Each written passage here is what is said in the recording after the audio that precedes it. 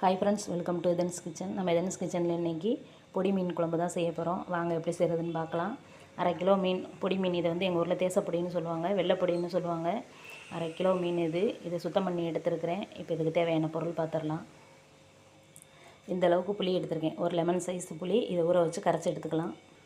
ஒரு கீத்து தேங்காய் எடுத்துருக்கேன், அதை மிக்ஸி ஜாரில் சேர்த்துக்கிறேன்.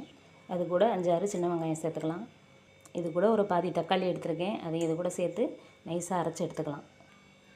புளியை கரைச்சி எடுத்தாச்சு. இப்போ அரைச்சி தேங்காய் விழுதை இதில் சேர்த்துக்கிறேன்.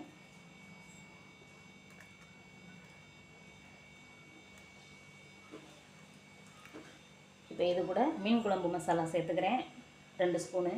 இதிலே மிளகாய், சோம்பு, சீரகம் எல்லாமே சேர்த்துருக்கிறதுனால நம்ம தனியாக வேறு எந்த மசாலாவும் சேர்க்க வேண்டியதில்லை.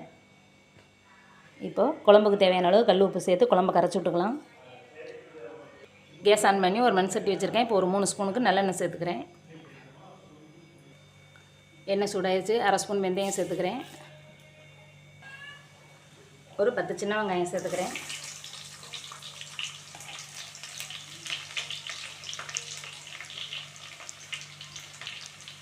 ஒரு 4 பச்சை மிளகாய். இது வந்து எங்கள் வீட்டில் காய்ச்ச வெள்ளை மிளகாய், அதனால் சின்ன சின்னதாக இருக்குன்னு ஒரு 5-6 போட்டிருக்கேன்.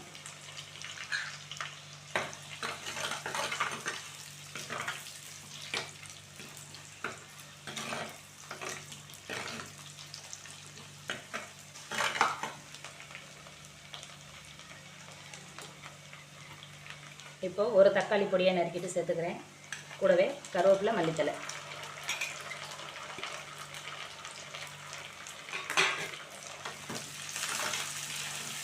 கரைச்சி வச்சுருக்க குழம்ப சேர்த்துக்கலாம். குழம்பு நல்லா கொதிக்கட்டும். ஒரு தட்டு வச்சு மூடிடலாம்.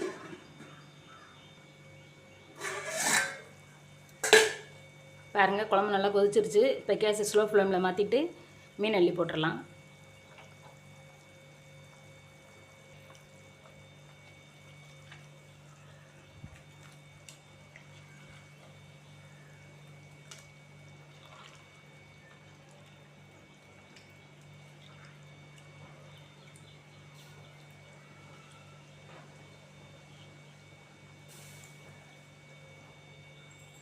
இப்போது மாங்காய் சேர்த்துக்கலாம்.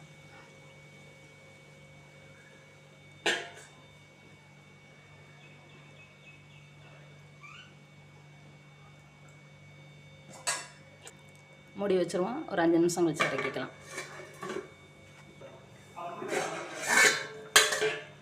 குழம்பு நல்லா கொதிச்சிருச்சு. இப்போ கேஸ் ஆஃப் பண்ணிவிட்டு இறக்கிடலாம். பாருங்கள், வெள்ளைப்பொடி மீன் குழம்பு ரொம்ப சூப்பராக ரெடி ஆயிடுச்சு.